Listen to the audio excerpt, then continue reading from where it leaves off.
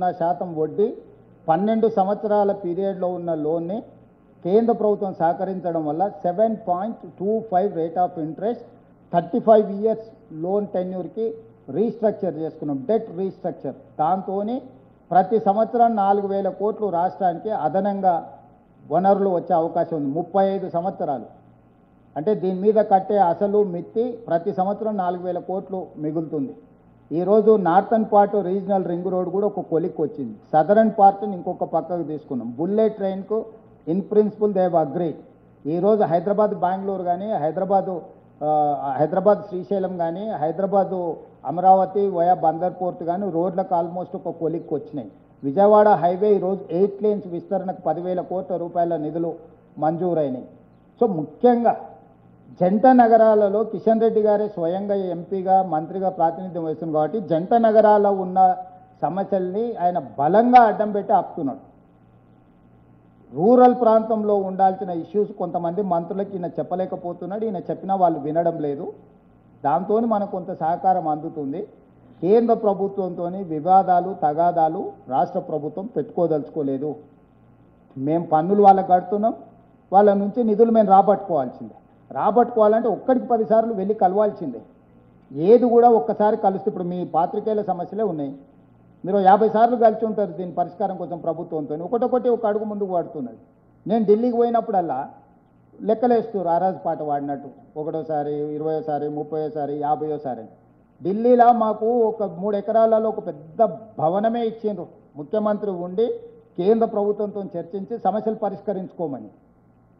నెలకు 2 సార్లు వెళ్తాను నేను స్పష్టంగా చెప్పిన. ఎవ్రీ 15 డేస్కు ఢిల్లీకి వెళ్ళి 2 డేస్ ఉండి కేంద్ర ప్రభుత్వంలో వివిధ శాఖలతో సమన్వయం చేసుకొని రాష్ట్రానికి రావాల్సిన అనుమతులు కానీ నిధులు కానీ తెచ్చుకుంటాం. నేను ఇప్పుడు central sponsored schemes CSS schemes అంటారు. కేంద్రం రాష్ట్రం కలిపి నిధులను భాగస్వామ్యంతో ఖర్చు పెట్టాను. నేను ఒక ఐఏఎస్ ఆఫీసర్ని, సెక్రటరీ క్యాడర్ ఐఏఎస్ ఆఫీసర్ని దీనికోసం సపరేట్గా పెట్టిన.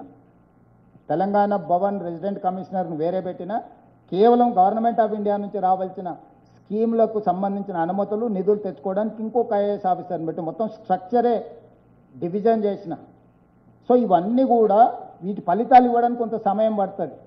కేంద్రం కూడా ఇప్పుడే కొంచెం గతంలో ఉన్న ప్రభుత్వ విధానానికి ఇప్పుడున్న ప్రభుత్వ విధానానికి తేడా ఉంది. ప్రతిసారి గవర్నమెంట్ స్కీమ్లా ఫస్ట్ క్వార్టర్ వాళ్ళు ఇచ్చేస్తారు.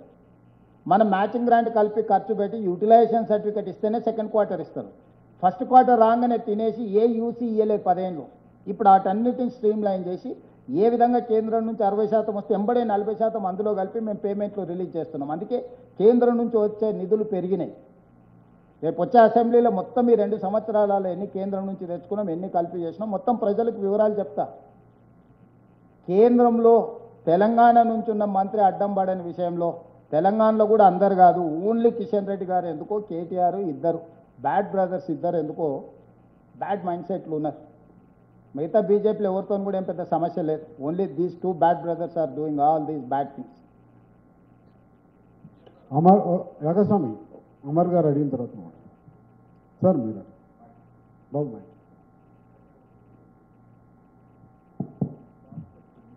సార్, ముఖ్యమంత్రి గారు ఇంట్లో నిన్న పెళ్ళయింది సార్, లంచ్ కొరకు చాలా వెయిట్ చేస్తున్నారు.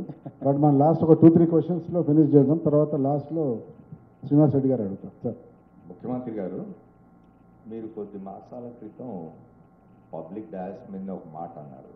అంటే ఢిల్లీ పోతే వీడు చెప్పులు ఎత్తుకోబోతాడేమో అని భయపడుతున్నారు మమ్మల్ని చూసి అన్నారు. ఆ పరిస్థితి ఏమన్నా మారిందా? ఎందుకంటే ఇప్పుడు 2 ఇయర్స్ అవుతుంది, ఇంకో 4 నెల రోజులు అవుతే 2 సంవత్సరాలు పూర్తి అవుతుంది కాంగ్రెస్ మళ్ళీ అధికారంలోకి వచ్చి. మీరు తర్వాత 8 సంవత్సరాలు ఎట్లా డెవలప్ చేయబోతున్నాం రాష్ట్రాన్ని అని చెప్పినారు. ఈ 2 సంవత్సరాల కాలంలో గుణాత్మకంగా ఆ పరిస్థితిలో మార్పు ఏమన్నా వచ్చిందా? ఇప్పుడు ఢిల్లీకి పోతే మిమ్మల్ని చూసి అంటే మీ మంత్రులను మీ అధికారులను చూసి చెప్పులు ఎత్తుకుపోయేవాళ్ళు అని